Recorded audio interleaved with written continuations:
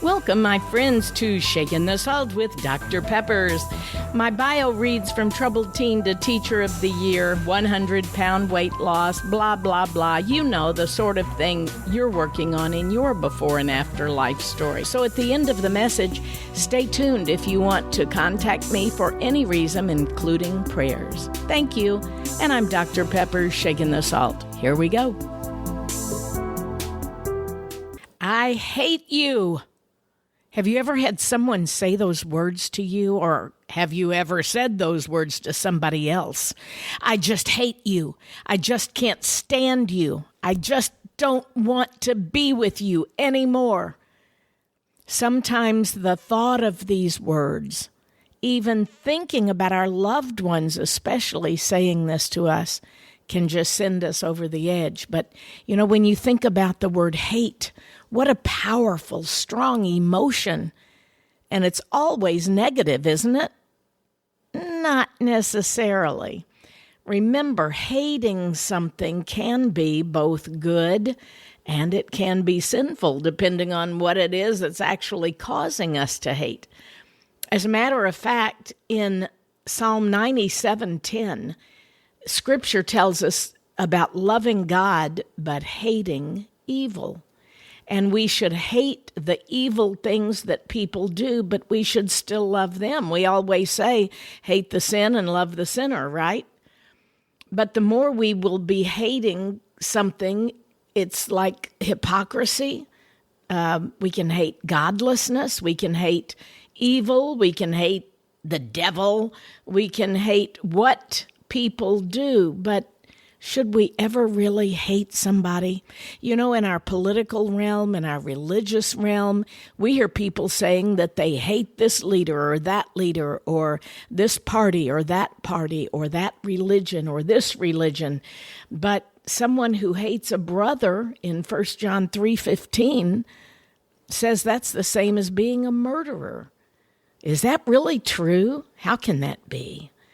Well, there's something about hate when you think of it as the, antithesis of love. You think, shouldn't we just love one another? Shouldn't we all get along? Shouldn't everybody be able to just do their own thing and not worry what anybody else does? Well, yes, to a certain degree. But I'll tell you one thing. When you first become a Christian, and I'm not talking about just being religious and having that name or that church name behind you. I'm talking about really loving God and asking Him to help you love people and to be an example to people. I used to be so full of hatred. I actually remember looking my parents in the face and screaming to them, I hate you.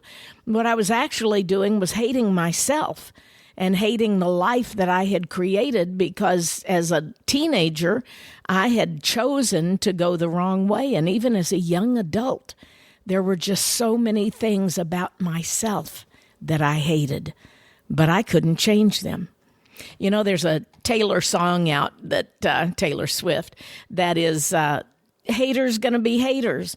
And, that's a kind of a saying slang with the kids today is, oh, he's a hater. Oh, everybody's got a hater. And, it's true. Everybody probably has something about you that they do not like, even if they don't hate it. I know that one thing I found out is the more blessed I became, the more awards I won as a teacher, the more I drew closer to Christ and was able to just be yielded. He would bless me, and not everybody could handle those blessings. There are some people who become jealous even over things we acquire, like a house or a car or trips we take, or I remember people that saying, oh, I hate you now that you've lost 100 pounds. You've just become so blah, blah, blah, blah. Or you just think you're all that since you were teacher of the year. And, oh, you were inducted into National Teachers Hall of Fame. Well, blah-de-wah-de-wah. You know what I mean? Some people who used to party with you, and I always talk to my jail ministry gals about this, when you get back to your friends, there are some that are going to hate you and not want to hang out with you because you were their best party buddy. I mean, you used to go out and get high with them all the time, and now you just don't want to do that anymore because you have changed from the inside out. And you want to be an example to them, and you would love for them to be able to change too.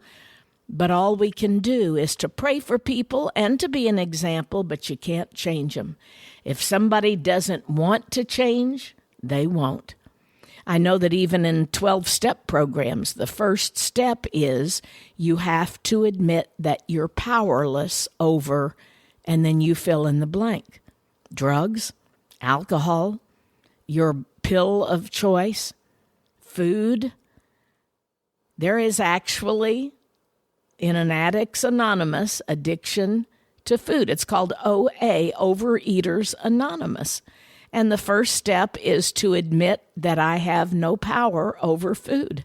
If somebody put in front of me a whole package of Oreos and a big, tall ice glass of milk, I would sit and dip the Oreos, and I would finish at least 2 sleeves of the 3 sleeves, maybe all 3.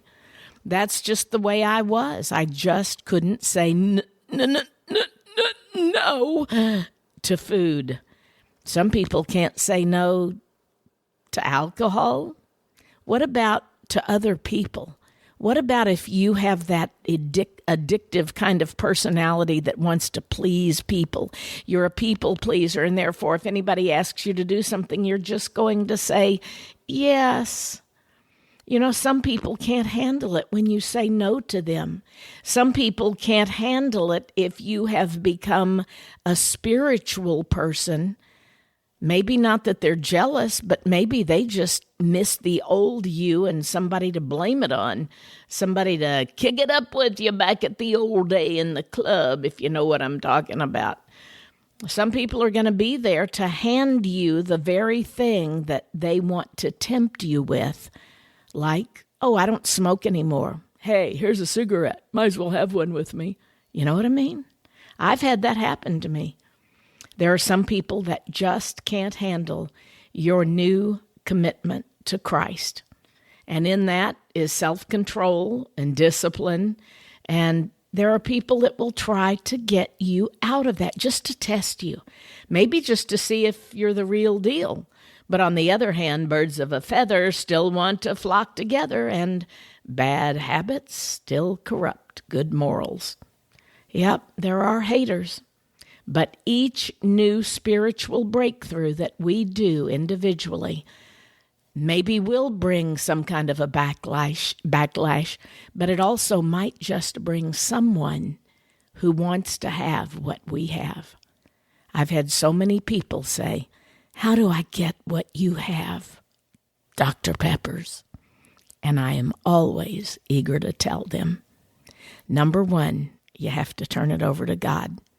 God as you know him right now. Start with the Bible. Start reading. See what he has to say about it.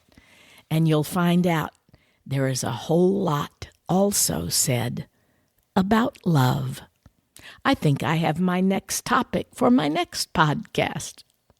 Thanks for being with me, friends. God bless you. I'm Dr. Pepper, shaking the salt. Thanks for staying on, my friend. If you would like to contact me, visit saltandlightministry.com. If you want to share your story with me, ask a question, have me come speak to your group, or maybe just request prayer. Once again, saltandlightministry.com. Thanks, and God bless.